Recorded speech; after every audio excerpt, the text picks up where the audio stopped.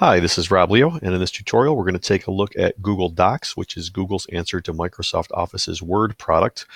I'm just going to open up a new tab on the Chrome browser, and if you recall from a previous video, I'm going to select the waffle icon and go to Google Drive. Think of Drive as the hub for all activity.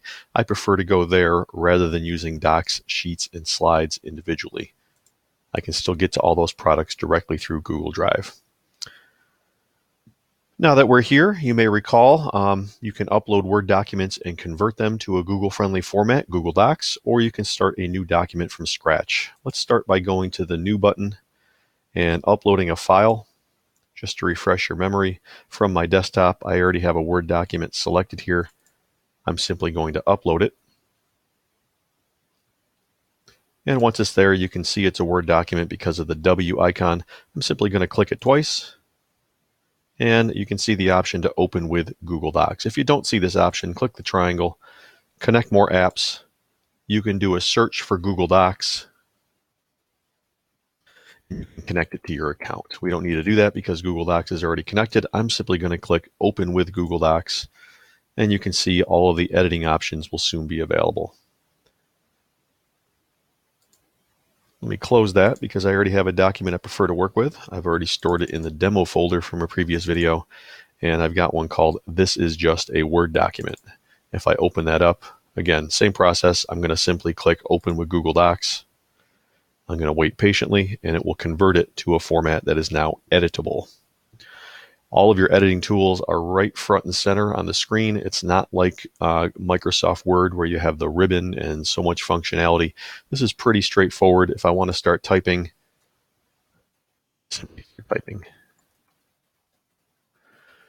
you have your standard editing tools. If I highlight text, for example, I can change the font. There are all sorts of fonts within Google. If you don't see one you like, there are more fonts, and you can choose from hundreds of them.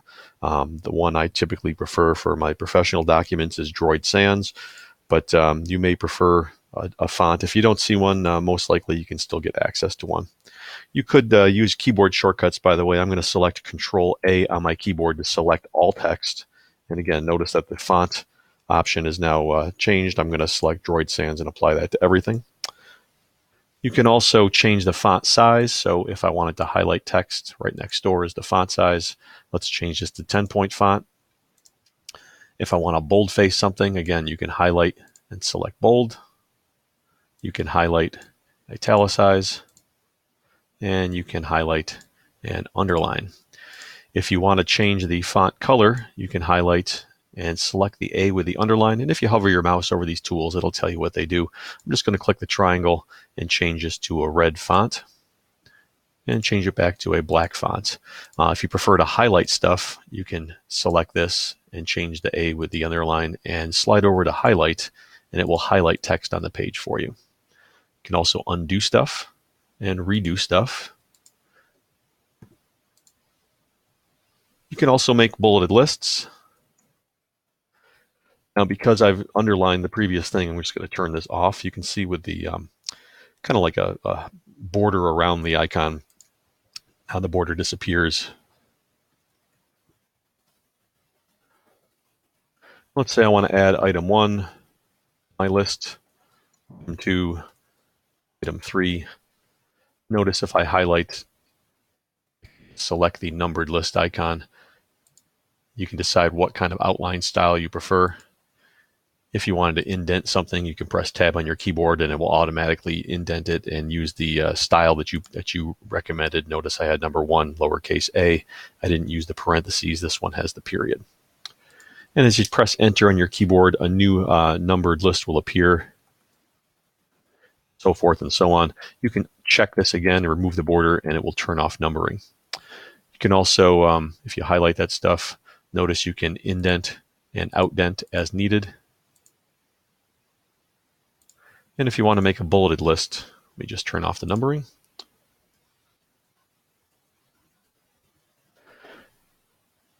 Select the bullet icon.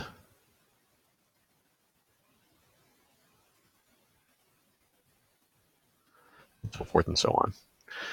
If you copy and paste something from Microsoft Office and you want to remove the text, there is a clear formatting option. Sometimes Microsoft has some proprietary features in its text. If you clear formatting, it'll change it back to a default. In this case, Cambria 12 was the default setting for this particular document. I had originally uploaded this from Word, so Cambria was the default option. You also have normal title, subtitle, heading, subheading, and so forth. If you wanted to make a bit of text into title text, for example, it'll do that for you.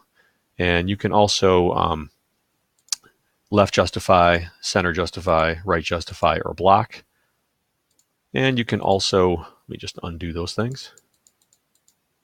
You could also select some text, and you can determine the spacing between single space, 1.5, double space, etc. You can even add spaces or remove spaces between paragraphs. So if I want to double space my text, I could simply click a button and it would change it for me. Some other stuff you can do. Off my bulleted list here.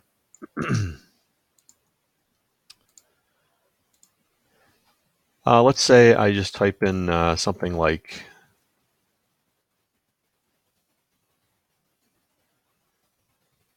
let's visit the West Genesee homepage. And if I highlight the word West Genesee, there is an icon here to insert a link. You can also go to insert link. It's the same option, just two different places.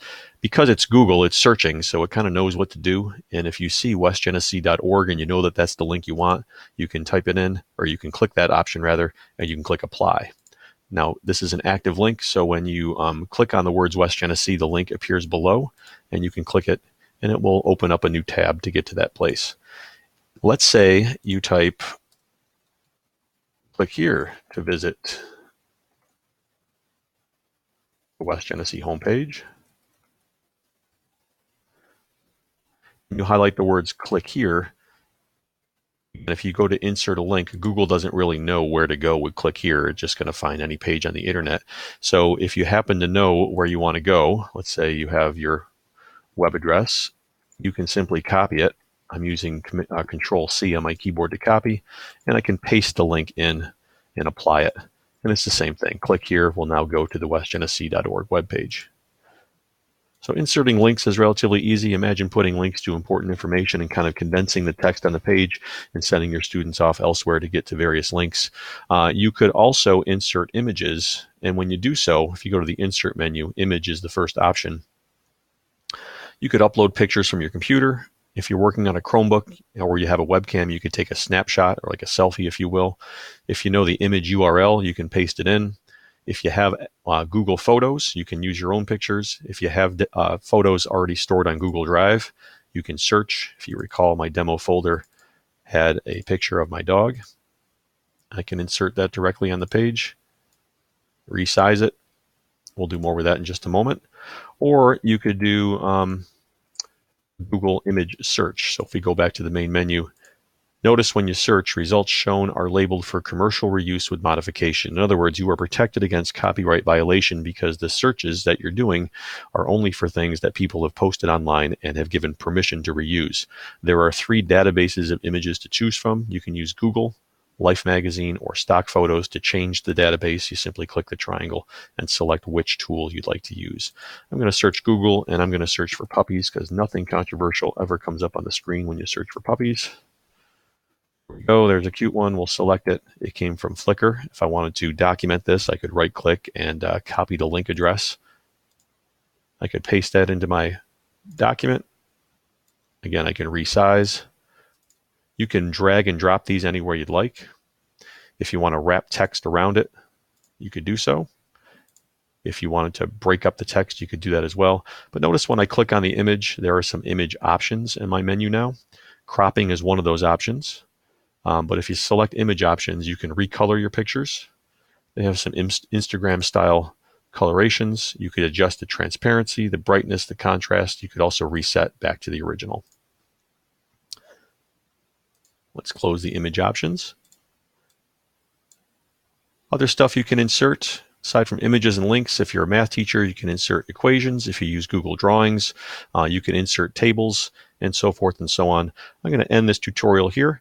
And in a moment when we come back, we'll continue to look at some of the editing features that Google Docs offers. Thanks for listening, and I hope you found this useful.